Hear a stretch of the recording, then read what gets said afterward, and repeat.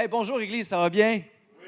Hey, c'est-tu pas un beau dimanche? Est-ce qu'on peut remercier le Seigneur Jésus une dernière fois ensemble pour ce qu'il a fait? Amen.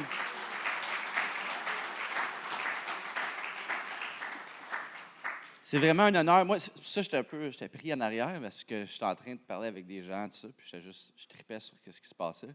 J'étais distrait au lieu d'apporter la parole de Dieu. Hein? Fait que là, on apporte la parole de Dieu, on est sérieux, on rit plus, on se lave plus des mains. Là, c'est le temps. Non, c'est une blague. C'est une célébration ce matin. C'est ce que j'aime. On appelle ça le moment de célébration à chaque dimanche parce qu'on célèbre ce que Dieu fait dans nos vies. Amen. Moi, je ne viens pas ici à l'Église pour me rapprocher de Dieu. Je viens ici parce que Dieu est venu à moi et je viens célébrer ce qu'il fait dans ma vie. Amen. Amen. Et Dieu veut faire la même chose encore et encore dans nos vies. Amen. Amen. Super. Hey, on va tourner ensemble dans les Écritures rapidement. J'ai un court message. Maintenant, les pasteurs, on ne ment pas, sauf quand on dit qu'on a un court message. Fait que je vais essayer d'être court et précis quand même. Mais j'ai un passage, maintenant, on peut tourner ensemble dans Jean au chapitre 8. On l'a à l'écran, si tu n'as pas ta Bible avec toi. Sinon, je t'encourage quand même à regarder à ta Bible à toi personnelle, même si c'est sur ton téléphone, c'est plus personnel. Jean chapitre 8, verset 1, c'est un passage avec une histoire assez connue, mais je prie que Dieu se révèle à toi comme à moi ce matin, pendant ce moment, d'une façon nouvelle, fraîche, comme si c'était la première fois qu'on le rencontrait. Amen. Verset 1. Quant à Jésus, il partit pour le mont des Oliviers. Verset 2. Mais le lendemain, il revint de bonne heure dans la cour du temple et tout le peuple se pressa autour de lui. Alors il s'assit et se mit à enseigner. Tout à coup, les spécialistes de la loi et les pharisiens traînèrent devant lui une femme qui avait été prise en flagrant délit d'adultère. Ils la firent avancer dans la foule et la placèrent, bien en vue, devant Jésus. Maître, lui dirent-ils, cette femme a commis un adultère. Elle a été prise sur le fait. Or, dans la loi, Moïse nous a ordonné de lapider les femmes de ce genre. Toi, quel est ton jugement sur ce cas? En lui posant cette question, il voulait lui tendre un piège en l'espoir de trouver quelques prétextes pour l'accuser. Mais Jésus se baissa et se mit à écrire du doigt sur le sol. Eux, ils insistaient, répétant leurs questions. Alors il se releva et leur dit, que celui d'entre vous qui n'a jamais péché lui jette la première pierre. Puis il se baissa de nouveau et se remit à écrire sur le sol. Après avoir entendu ces paroles, ils s'esquivèrent l'un après l'autre, à commencer par les plus âgés, laissant finalement Jésus seul avec la femme qui était restée au milieu de la cour du temple. Alors Jésus leva la tête et lui dit, « Eh bien, où sont passés tes accusateurs? Personne ne t'a condamné. » « Personne, Seigneur, lui répondit-elle. Alors Jésus reprit, « Je ne te condamne pas non plus, va, mais désormais, ne pêche plus. » Le titre de l'encouragement ce matin est « Comme pour la première fois ». Comme pour la première fois. On va prier ensemble. Seigneur Jésus, merci pour ces prochains instants. Merci pour ces vies transformées qu'on a célébrées ce matin. Et je prie, Seigneur Père, alors qu'on prend un moment dans ta parole, que tu puisses transformer mon cœur, transformer nos cœurs ici par la puissance de ton esprit. Toi qui connais chaque personne intimement dans cette salle. Toi qui nous as créés un à un. Seigneur Père, toi qui connais l'état de nos âmes, Seigneur Jésus, je prie pour une intervention de ta part dans nos vies ce matin, afin qu'on puisse connaître vraiment, vraiment qui tu es pour nous et pour le monde autour de nous. C'est en ton nom qu'on a prié. L'Église dit Amen. Amen. Est-ce qu'on peut le remercier pour ce qu'il va faire ce matin dans nos vies? Amen. Amen. Comme pour la première fois. Comme pour la première fois. C'est le thème de mon encouragement ce matin. Je ne sais pas si tu te souviens de certains moments dans ta vie où est-ce que tu as fait une certaine chose pour la première fois qui t'a marqué, ou c'était peut-être une expérience première pour toi qui a marqué le restant de ta vie. Et des fois, c'est des moments qu'on ne se souvient plus. Hein? Par exemple, ça peut être un certain repas que ta grand-mère te servait, tu as oublié complètement, et 45 ans plus tard, ou 15 ans plus tard, peu importe ton âge, tu vas à un certain endroit et cette senteur revient, ça te ramène comme au premier moment où tu as goûté à ça dans la cuisine de ta grand-mère. Hein? Ou peut-être que tu t'en souviens plus, mais assez de te rappeler ta première journée à l'école. Pour certains, tu es comme « Oh, ça fait longtemps! » Ça fait un bout. Mais assez de te rappeler la première fois. Ou ta première journée à ton emploi, au premier emploi, ou à ton travail, où est-ce que tu as pris ta retraite éventuellement, ou Pour certains, tu espères, ça va-tu arriver un jour? Hein, c'est particulier les premières fois parce que les émotions qu'on vit à l'intérieur ne sont pas comme la deuxième, la troisième, je veux même dire, ou la centième ou 200e fois qu'on vit la même expérience. Hein, il y a une certaine familiarité qui s'installe en nous. Mais il y a des moments dans la vie qui arrivent où est-ce que, si cette chose, en particulier, pense à ce qui est cher à toi, si cette chose est sur le bord de te quitter ou tu es sur le bord de perdre ce que tu as entre tes mains, que tu es habitué de vivre, soudainement, les sentiments reviennent un peu comme si c'était la première fois. Tu réalises la valeur de cette chose. Moi, je me souviens, quand j'étais plus jeune, mon grand-père m'avait apporté pour la première fois, puis là, les plus jeunes, vous allez dire, c'est quoi ça? Au stade olympique, voir les expos. OK? Puis, dans ce temps-là, moi, j'étais peut-être dans la dernière génération des expos. Il y avait Guerrero, le père. Hein? Puis Guerrero. Puis, je me souviens, la première fois qu'on y va, j'étais impressionné par la grandeur du stade et à quel point il était vide. Je me souviens des vendeurs de Coke, Sprite, 7-Up. Ça a marqué ma vie. Mais je me souviens aussi du hot dog que j'ai mangé avec la moutarde. À 15 piastres. Ouais, à l'époque, c'était 5 cents, mais c'était cher quand même pour l'époque. Tu sais. Là, ça a changé. Je me souviens de ce premier moment. Et puis, quand j'étais plus jeune, on est allé quelques fois après et c'était spécial. Il y avait de quoi de particulier. Aujourd'hui, quand je passe à côté du stade olympique, je regarde ça, je me dis, bon, mes taxes payent encore le toit. Encore une autre fois, il faut les réparer. Il n'est pas à terre, cette affaire-là. Tu vois, mes sentiments ne sont pas les mêmes que quand j'étais jeune et j'y allais pour les premières fois. Je le vois d'une façon différente. Le cours de la vie a fait que mon expérience, lorsque je regarde le stade olympique, n'est pas aussi fabuleux et mystique et magique que les premières fois. Tu vois, il y a certains moments dans notre vie où est-ce qu'on doit se rappeler la raison pour laquelle on a les choses que nous avons, les relations qu'on a, les gens qu'on a autour de nous, et de ne pas le prendre pour acquis. Parce que dans le processus, on peut tomber dans une certaine familiarité et un oubli de la richesse qu'on a. Il y a quelques week-ends, moi et mon épouse, on a eu l'opportunité d'aller aux États-Unis. Je prêchais dans une conférence à Boston. Et puis, près de Boston, il y a Cape Cod, hein? L'endroit où est-ce que beaucoup de gens vont en vacances pour aller à la plage. Puis là, tu vas dans l'eau, puis tu te dis, ouais, c'est un peu fret, mais on va rester sur la plage. On n'était jamais allés, puis j'étais invité un dimanche matin à une église à Cape Cod, OK? Mais j'avais une passion pour aller prêcher, mais j'étais là, en même temps, c'est pas pire, il y a la plage qui est là. Oui, Seigneur, je vais aller pour toi, sacrifice. Mais c'était bien parce qu'on a 2 jeunes enfants, puis ceux qui ont des enfants ou qui ont eu des enfants qui sont maintenant adultes, je ne sais pas si vous vous rappelez, vous comprenez, ceux qui ont des enfants en bas âge en ce moment, quand tu as des enfants dans la vie de tous les jours, ça peut devenir un peu à propos des enfants. Hein? Souvent, constamment, c'est l'heure du dodo, du souper, ah ouais, go, go, go, là, en fin de semaine, il faut aller acheter ça. Là. Et puis, on a tendance à oublier ce qui est le plus important, l'un l'autre. Puis de prendre ce moment-là ensemble, seuls, ça nous a ramené à... On se sentait comme si c'était les premières fois qu'on sortait ensemble. Pourtant, ça fait plus de 10 ans qu'on est ensemble. On a comme réalisé la richesse et la force qu'on avait d'être ensemble, l'amour qu'on avait réellement l'un pour l'autre, au-delà de l'impatience qu'on peut avoir parfois dans la vie de tous les jours à 6 heures du matin quand le bébé braille, et puis c'est à ton tour d'aller le voir. De prendre ce moment-là, ça nous a ramené à l'état de comme si c'était pour la première fois ensemble. On a retrouvé notre relation d'une façon encore plus forte. Dans le passage qu'on a lu aujourd'hui, je veux regarder 2 angles importants. Et le premier angle que je veux regarder est ma religion. Ma religion. Parce que tu vois, que tu sois chrétien depuis 35 ans ou que tu aies une relation avec Dieu depuis quelques semaines seulement, on peut tous en devenir à oublier la raison pour laquelle nous sommes qui nous sommes aujourd'hui, enfants de Dieu.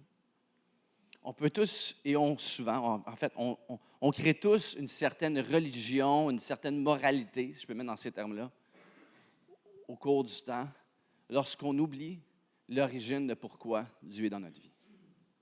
Et c'est ce que je vais adresser ce matin avec le premier angle de cet encouragement. On va dans le passage, Jésus, ce matin-là, est dans le temple, l'épicentre de la religion à l'époque.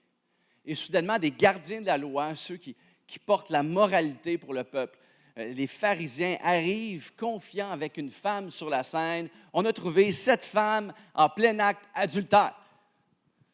Maintenant, on s'entend, si elle a fait un acte adultère, c'était sûrement pas tout seul. C'est un peu plate pour elle. Ils ont choisi de prendre, on va prendre la femme. Ils accusent cette femme d'un des 3 péchés capitaux de l'époque, qui était le meurtre, l'idolâtrie et dans ce cas-ci, l'adultère. Et les pharisiens, ces gardiens de la loi qui présentent cette femme, contrairement à elle, sont reconnus comme étant vertueux avec la loi. Hein, c'est ces hommes parfaits dans la religion. C'est ceux qui se démarquent de la société, ceux qui surpassent le statu quo, ceux à qui on fait confiance, ceux sur lesquels on se fie pour avoir une droiture et une moralité dans la société. L'exemple ultime. Mais lorsqu'on regarde à ces hommes-là, aux gardiens de la loi, aux pharisiens, lorsqu'on creuse plus profondément, lorsqu'on regarde aux différentes circonstances, au contexte, on réalise qu'ils n'aiment pas nécessairement la loi, mais qui finissent par plutôt se servir de la loi. Puis, je ne sais pas pour toi, mais si tu as lu la Bible pour plus d'une fois et que tu as lu ces passages-là, moi, mon premier réflexe, c'est de juger. Regarde les bains. Moi, je ne suis pas un pharisien, moi. Mais pourtant, en disant ça, je me rends compte que je viens de l'être. La ligne est fine, c'est incroyable. Entre être en relation avec Dieu et de vivre ce que lui veut faire dans ma vie, et moi, essayer de me rendre à lui. De créer ma propre religion à l'intérieur. C'est pour ça que la parole dit, à chaque jour, il faut que je meure à moi-même. Il faut que je meure à mes propres désirs, à ma chair, à ma façon de faire, pour essayer de bâtir cette tour qui se rend à lui, pour simplement essayer, à la fin de ma vie, réussir à dire, j'étais au moins un petit peu une bonne personne.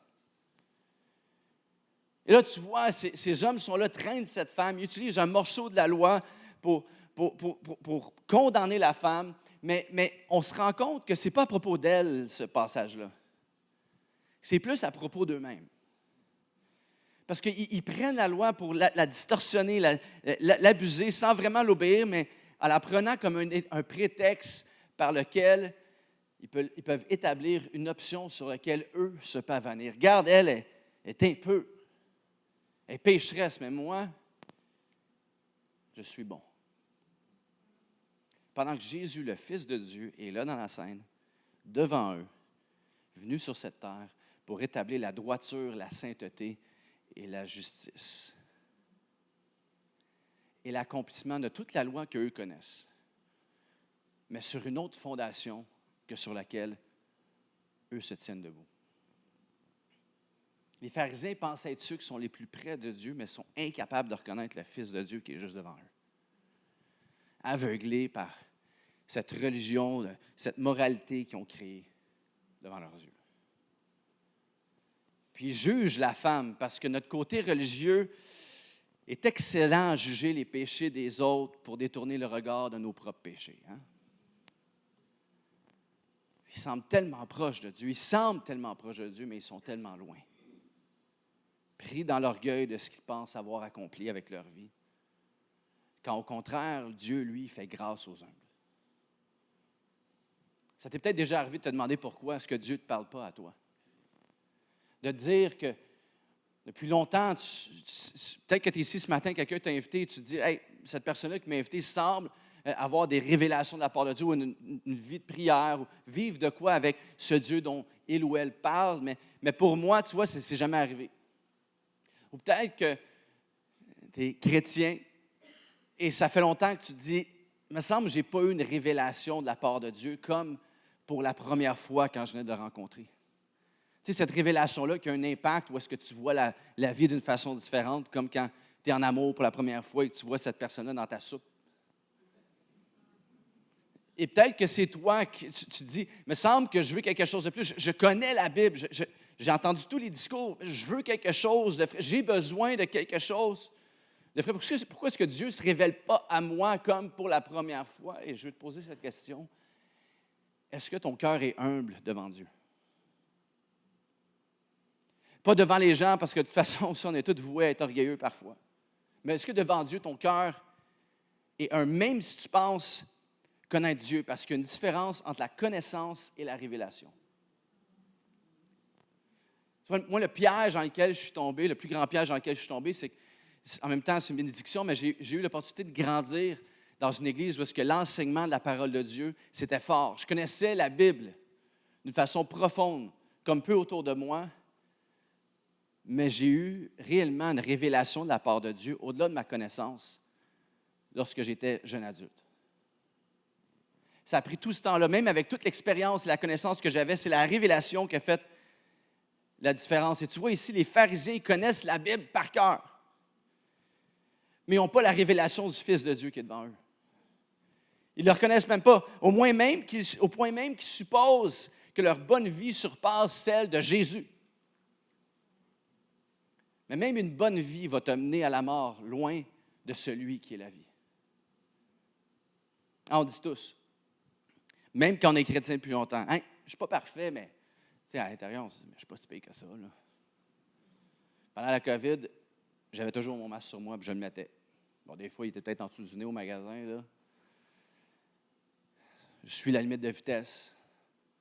J'essaie de m'améliorer dans mes relations. Je ne suis quand même pas si pire que ça. Et c'est ce que les pharisiens font ici. Ils ont reconnu qu'ils ne sont pas parfaits. C'est pour ça qu'ils sont dans cette structure de religion-là. Mais ils ne sont pas assez désespérés pour reconnaître leurs besoins de celui qui est parfait, qui est devant eux. Tu vois, on n'est pas à la hauteur du péché. On est tous dépendants du péché. Et souvent, on va entendre, comme dans des témoignages qu'on a entendus ce matin, dans la vie des gens, et ce n'était peut-être pas le cas nécessairement dans les témoignages ce matin, mais on va entendre parfois des gens qui ont connu la dépendance, que ce soit à la drogue, que ce soit à d'autres choses. Et une certaine dépendance qui est devenue tellement grande, qui est devenue évidente à tout le monde autour d'eux. Ça a vu la lumière du jour et ils n'ont pas eu le choix d'admettre qu'ils ne sont pas à la hauteur dans la vie. Puis souvent, on dirait que notre réflexe, c'est de marginaliser ces gens-là qui sont publics avec leur combat. Hein? Puis même moi, je vous confesse ce matin, même moi, je suis pasteur, je suis chrétien depuis longtemps, même moi, j'ai tendance à me dire, ouais, mais pour lui, pour elle, Dieu, c'est quand même un peu plus une béquille. Il en a vraiment besoin, lui. Je ne suis pas un pharisien. Mais ce n'est pas notre tendance. Hein, surtout quand on n'a jamais connu Jésus, on n'a jamais vraiment eu une relation avec lui, de se dire, non, mais c'est juste une béquille. C'est juste un prétexte c'est un outil pour essayer de continuer à vivre, d'avoir une vie qui a de l'allure, de sortir, de respirer la tête au-dessus de l'eau. Mais on est tous dans le même bateau. Tu vois, ton déni ne cache pas ta dépendance au péché devant Dieu, ton déni ne cache pas ton besoin de Dieu. Parce que notre sort est déjà déterminé avant même d'entrer sur terre. Riche ou pauvre, on est tous nés voués au péché. La seule différence, c'est qu'il y en a qui le cachent mieux que d'autres. On est tous habillés de la tête aux pieds avec des vêtements signés, griffés de la marque pharisien. Pendant que la femme adultère, ici dans le passage, est traînée à moitié nue devant tout le monde, à découvert, vulnérable. Il y a peut-être quelque chose là-dedans. Et je veux t'encourager ce matin parce que Dieu a envoyé son Fils Jésus, pas juste pour les gens qui sont ouvertement et publiquement désespérés. Dieu a envoyé son Fils Jésus pour les religieux autant que la femme adultère. Tu vois, ta bonne vie ne va pas te libérer des combats que tu vis. Ta bonne vie ne va pas te libérer de la honte, de l'humiliation et ce que tu caches dans le secret, que les gens ne sont pas au courant.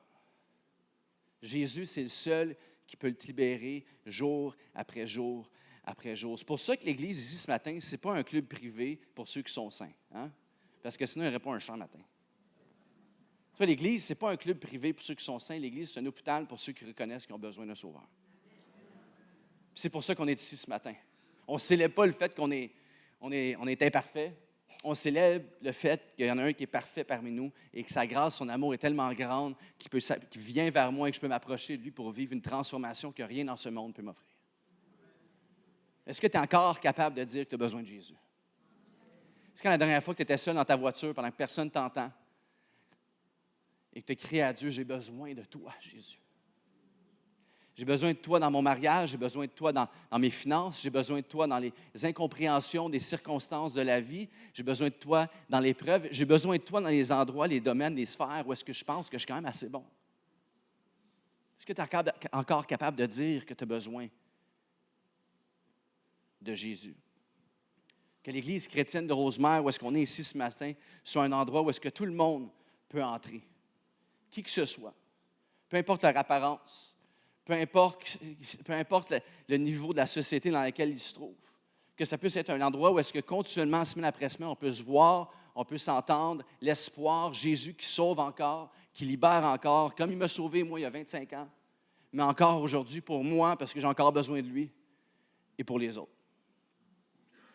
Tu vois, de l'autre côté, là, je parle de Jésus depuis tantôt, mais tu vois, un des problèmes avec la moralité qu'on peut se créer à l'intérieur de nous, dans nos pensées, c'est qu'on peut avoir tendance à balancer les choses dans notre vie pour devenir cette bonne personne avec « j'ai fait quelque chose de mal », même sans que personne ne le voit. J'ai agi, j'ai une pensée qui n'est pas nécessairement positive et qui ne m'amène pas nécessairement où est-ce que Dieu m'appelle à être.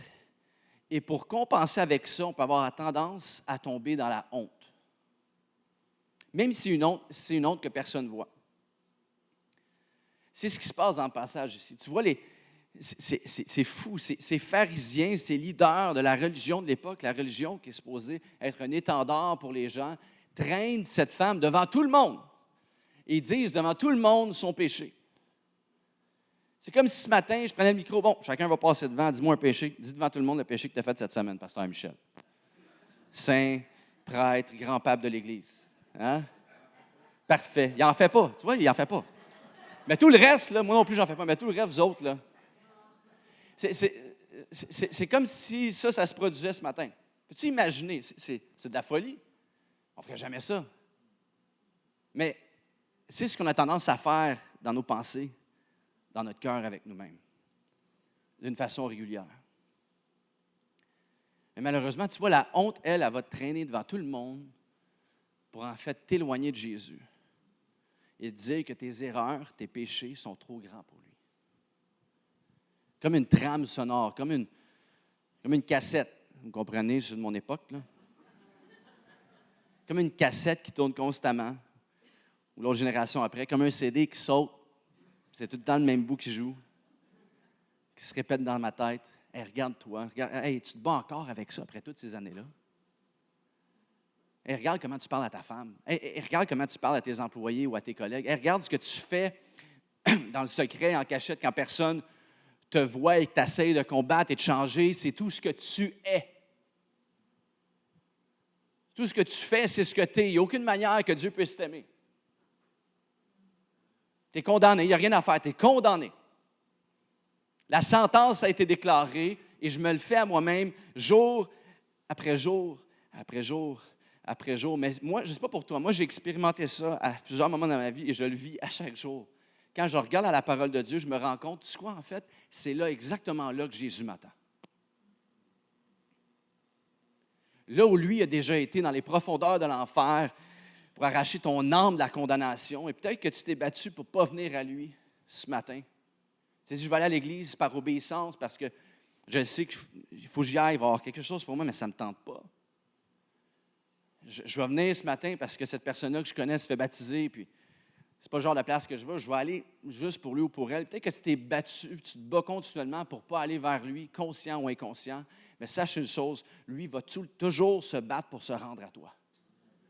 Peu importe où est-ce que tu te trouves dans la vie. Avant même que la femme arrive sur la scène, avant même que Jésus soit informé par les pharisiens de son péché, Jésus s'abaisse au même niveau que la femme. C'est particulier parce qu'ils prennent le temps de mentionner que Jésus s'abaisse au même niveau que la femme. Jésus n'est pas descendu du ciel juste à Noël pour faire le petit Jésus dans la crèche une fois par année, le 25 décembre. Ce que Dieu a fait en envoyant son Fils Jésus à notre niveau, ça a été établi pour l'éternité. Il s'est identifié à où est-ce que moi je me trouve. Pour me montrer que ça n'a pas rapport avec un endroit où je me rende, ça a rapport complètement avec lui qui vient à mon niveau, où est-ce que je suis, sans jugement, avec plein d'amour. Et pendant que Jésus est seul avec elle, la femme adultère, là, pas pour commettre un adultère avec elle, seule, entourée par la foule, mais seule dans ce moment-là. Non pas pour commettre un adultère, mais pour prendre le poids d'adultère sur ses épaules. Et c'est incroyable parce que les pharisiens arrivent quand même assez confiants. Ils ont des bons arguments, ils connaissent la loi, hein? C'est des avocats de la Bible de l'époque. Ils sont confiants, ils pensent donner le destin de la femme entre leurs mains pour l'utiliser afin de détruire Jésus, afin de mettre de côté celui qui met en lumière leurs besoins de lui. Ils arrivent avec des bons faits et ils ont entièrement raison parce que la loi à l'époque stipulait que tu as besoin de 2 ou 3 témoins pour soutenir la défense de l'accusé.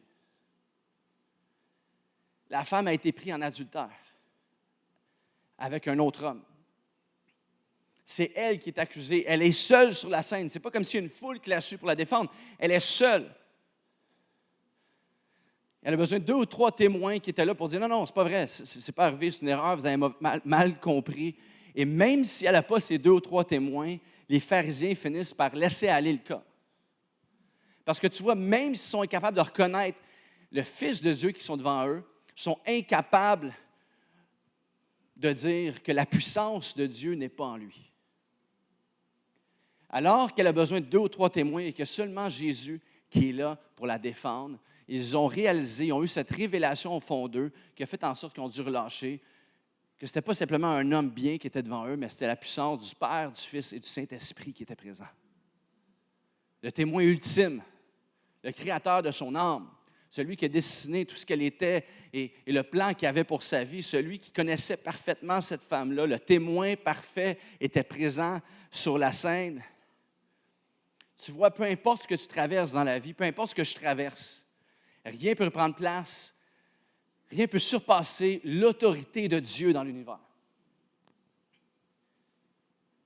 OK, mais Dave, pourquoi autant de souffrance et de douleur dans le monde? Hein? Tu as sûrement déjà entendu cette question-là, tu l'as peut-être déjà posée toi-même. Hein, pourquoi est-ce qu'il y a des guerres? Hein? Pourquoi est-ce qu'il y a de la famine? Pourquoi est-ce qu'il y a de la pauvreté comme qu'on connaît? Pourquoi mon divorce? Pourquoi mon enfant rebelle? Pourquoi ma dépression chronique? Pourquoi mon cancer? Pourquoi ma perte d'emploi? Pourquoi l'injustice que je vis? Pourquoi est-ce que je suis incapable de juste plus que respirer et survivre dans la vie? Pourquoi? Pourquoi est-ce que Jésus permet à cette femme, là, ici, dans le passage, d'être humiliée et pris en avantage dans un combat qui n'a même pas rapport avec elle? Pourquoi est-ce qu'il laisse ça aller s'il a tout le pouvoir dans l'univers? Parce qu'ultimement, c'est un débat entre les pharisiens et Jésus. Cette femme-là, c'est juste un prétexte pour venir argumenter Jésus, puis elle, c'est un dommage collatéral qui peut ruiner sa vie entière. Il aurait pu s'arranger qu'elle ne soit pas là, qu'elle n'en soit pas mêlée. Mais pendant que Jésus est celui qui est réellement attaqué, il ignore les reproches des pharisiens envers lui, il met tout son focus sur la femme. Il prend la défense de la femme au lieu de prendre sa propre défense. Alors que Jésus s'est fait crucifier par la foule, il ne pensait pas à lui, il est mort pour moi et pour toi. Cette femme-là, dans ce moment-là, même si elle a été traînée dans une circonstance, une situation qui semble impossible à en sortir, elle n'a pas simplement rencontré Jésus, elle a rencontré la grâce en personne. Parce que seulement la grâce qui peut te libérer du péché. Pas la loi, pas les coutumes, pas les traditions, pas mon habitude, de ma façon que je suis habitué de connecter avec Dieu, mon style de chant de louange, mon style d'église, mon style de prédicateur. Ah, lui, il est bon. Hey, c'est elle le matin, c'est lui. Ouais, 4,3 sur 10. Ah, Michel Ducharme. Ah, ouais, ça va être un 10 sur 10. C'est pas cette expérience-là qui nous sauve. C'est pas notre façon de voir les choses. C'est pas notre connaissance de la Bible, qui n'est pas mauvais, mais qui peut être. C'est pas le fais pas ci, fais pas ça, puis j'ai pas fait ça, fait que je suis correct. Non, Jésus ne parle même pas de ça avec elle. Tout ce qu'il fait, c'est aimer et guérir. Aimer et guérir. Elle ne réalisait pas que son sort est entre les mains du Fils de Dieu. Combien de fois est-ce qu'on ne réalise pas quand on est dans une épreuve ou situations où la panique s'empare de nous, combien de fois est-ce qu'on oublie que le Dieu Tout-Puissant de l'univers est juste là, à côté de moi, omniprésent, omniscient, prêt à intervenir à sa façon? Combien de fois est-ce que j'oublie que j'ai simplement besoin de déposer le regard sur lui, non pas sur mon problème, non pas sur mon état à moi, non pas sur mon état de pécheur, mais sur lui, pour finalement réaliser que l'ampleur de ce que je pense a le contrôle sur ma vie dans cette situation-là, dans ma vie entière, n'a aucun pouvoir comparé à lui. Parce que surtout qu'elle fait ça, les accusateurs, les pharisiens, les gardiens de la loi, la condamnation, la mort qui était déclarée sur elle, soudainement, elle est partie. Soudainement, tout le discours qu'ils ont fait, cette femme-là doit être lapidée, tout le monde est parti, c'est fini, elle était libre. Pourtant, Jésus n'a pas fait grand-chose, il s'est simplement abaissé à sa hauteur, il l'a aimé, il l'a guéri. Elle s'est fait traîner par la religion, mais elle a rencontré une relation. Ce que l'ennemi avait prévu pour sa défaite, Jésus l'a porté pour sa victoire, par sa victoire. Et tu n'as peut-être pas le même genre de vie que cette femme. C'est peut-être pas le type de choses que tu fais dans ta vie de tous les jours, comme être un adultère. Peut-être que oui, peut-être que non. Mais je peux te dire une chose, tu as le même Jésus. Ça fait peut-être longtemps que tu as raconté ton témoignage de la même façon que Marc ou Marie-Lou l'ont fait. Ça fait peut-être longtemps que tu l'as raconté comme ça, avec une façon dont tes yeux brillent, puis c'est comme si c'était frais, c'était nouveau pour la première fois. Mais tu savais-tu que tu peux porter cette onction, tu peux porter cette révélation fraîche par rapport à ta saison de vie de la même façon qu'ils l'ont vécu pour la première fois? Parce qu'on a un Dieu vivant. On a un Dieu qui a envoyé son Fils, qui a vaincu la mort, qui a ressuscité, et on marche d'une façon avec une perspective éternelle. Et c'est pas comme s'il s'est dit « Hey, check, je t'ai acheté, je t'ai donné le billet pour le ciel, c'est fini, c'est beau, clac, on se reparlera, mais que tu arrives en haut. » Non, il veut être continuellement impliqué dans ta vie de tous les jours. C'est pas de venir à l'Église qui te sauve. Puis habituellement, les pasteurs, c'est pas bon de dire ça parce que tu perds ta clientèle, tu sais. Mais c'est vrai, c'est pas de venir à l'Église qui te sauve. En fait, c'est quoi? C'est ce qui t'a sauvé qui t'amène à l'Église. C'est la raison pour laquelle je viens. Je ne viens pas pour essayer d'être sauvé, je viens parce que Jésus m'a sauvé. Tu vois, la religion, elle juge. Elle, la relation, elle se donne à toi. La religion dit, toi, il faut que tu te donnes, tu te donnes, tu te donnes. La relation dit, moi, je me donne continuellement à toi. Et ce que je prêche ce matin, ce n'est pas simplement, et je termine bientôt, je vais inviter les musiciens à s'approcher. Ce que je prêche ce matin, ce n'est pas simplement une philosophie, une façon de penser, un bon discours, la pensée positive. Yeah, les 7 clés du succès. Ce que je prêche ce matin, c'est une personne. C'est Jésus lui-même qui dit « Je suis le chemin, la vérité, la vie ». Il ne dit pas « J'ai la vérité, le chemin et la vie ». Il dit « Je suis le chemin, la vérité et la vie ». Quand Dieu vient à ta rencontre par son Fils, Jésus, tout change. Premier verset que j'ai appris quand j'étais plus jeune, puis si tu es chrétien depuis un certain temps, tu le connais, Jean 3,16. Puis là, on a peut-être des versions différentes, là. Moi, j'ai la vieille version, car Dieu a tant aimé le monde, qu'il a donné son Fils unique, afin que quiconque, on n'utilise pas trop ça aujourd'hui, quiconque, alors j'étais au magasin, et quiconque s'est pointé devant moi, mais afin que quiconque croit en lui ne périsse point, mais qu'il ait la vie éternelle. Tu vois, moi, je m'en souviens par cœur, puis ça sort sans même y penser.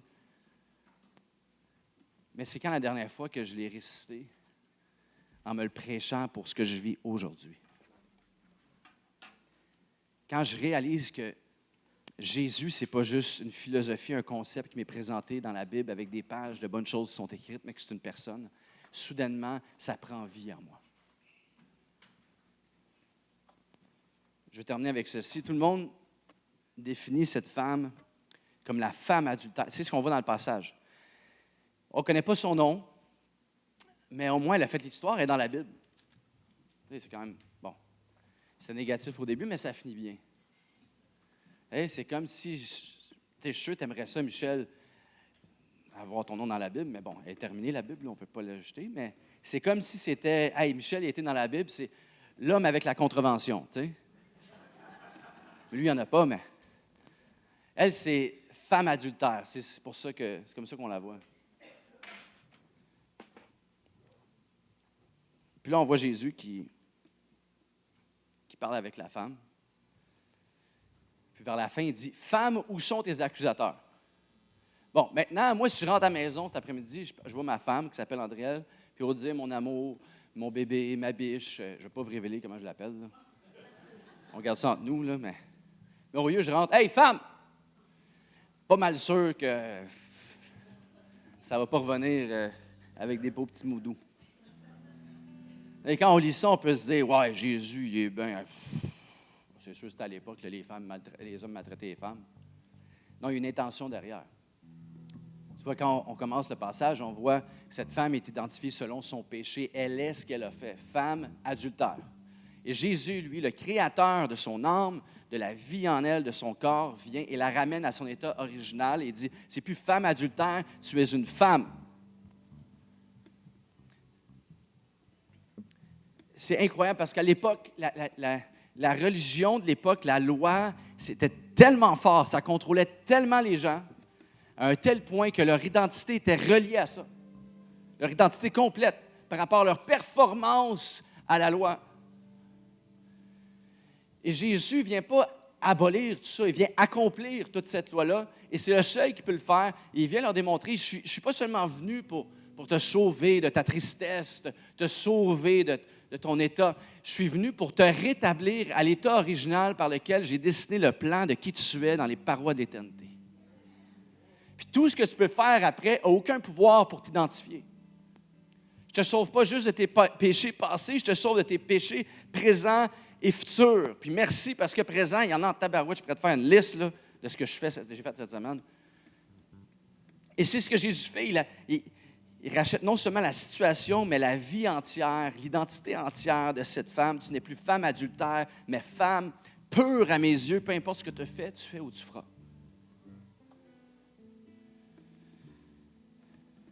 Alors qu'on termine, je vais t'inviter à fermer les yeux, pencher la tête, et je vais lire un dernier passage en terminant. Dans Romains au chapitre 8, verset 1 à 4, ça dit ceci. Et ça, c'est pour toi ce matin, personnellement. Pense pas à la personne à côté de toi, pense à toi et à Jésus. Maintenant donc, il n'y a plus de condamnation pour ceux qui sont unis à Jésus-Christ. Car la loi de l'Esprit qui nous donne la vie dans l'union avec Jésus-Christ t'a libéré de la loi du péché et de la mort. Car ce que la loi était incapable de faire parce que l'état de l'homme, de la femme, la rendait impuissante, Dieu l'a fait. Il a envoyé son propre Fils avec une nature semblable à celle des hommes pécheurs. Et pour régler le problème du péché, il a exécuté sur cet homme la sanction qu'encourt le péché. Il l'a fait pour que la juste exigence de la loi soit pleinement satisfaite en ce qui nous concerne, nous qui vivons non plus à la manière de l'homme ou de la femme livré à lui-même et ses incapacités, mais dans la dépendance de l'Esprit de Dieu qui vit en toi aujourd'hui. Pendant que les yeux sont fermés, les têtes sont penchées, je vais faire une prière en terminant. Premièrement, pour ceux, peut-être tu es ici, tu as été invité par quelqu'un, c'est la première fois que tu vas à l'église ou ça fait plusieurs fois que tu viens, tu es déjà venu quelques fois, mais ce Jésus dont je parle, tu n'as pas une relation avec lui, personnelle.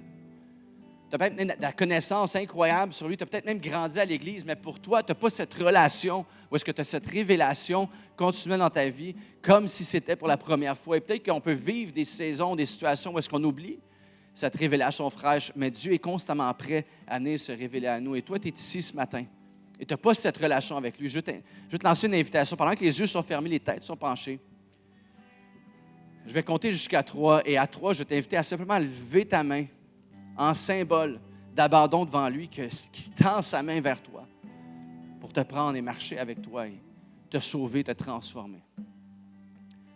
Donc à 3, je vais t'inviter à lever ta main pendant que les yeux sont fermés, les têtes sont penchées. 1, Jésus a vécu la vie parfaite, afin que moi et toi, on puisse avoir l'identité de sa perfection, même si on est imparfait. 2, il est mort sur la croix en sacrifice. Il a payé le prix pour le poids de nos péchés, de tout le mal dans ce monde, afin qu'on puisse dire que la mort n'a plus le dernier mot sur notre âme, sur notre corps physique. Et 3, il est ressuscité pour déclarer la victoire, afin que tu puisses avoir cette relation parfaite avec lui aujourd'hui. Peu importe qui tu es, où est-ce que tu te trouves dans la vie, je t'invite à lever ta main pour recevoir.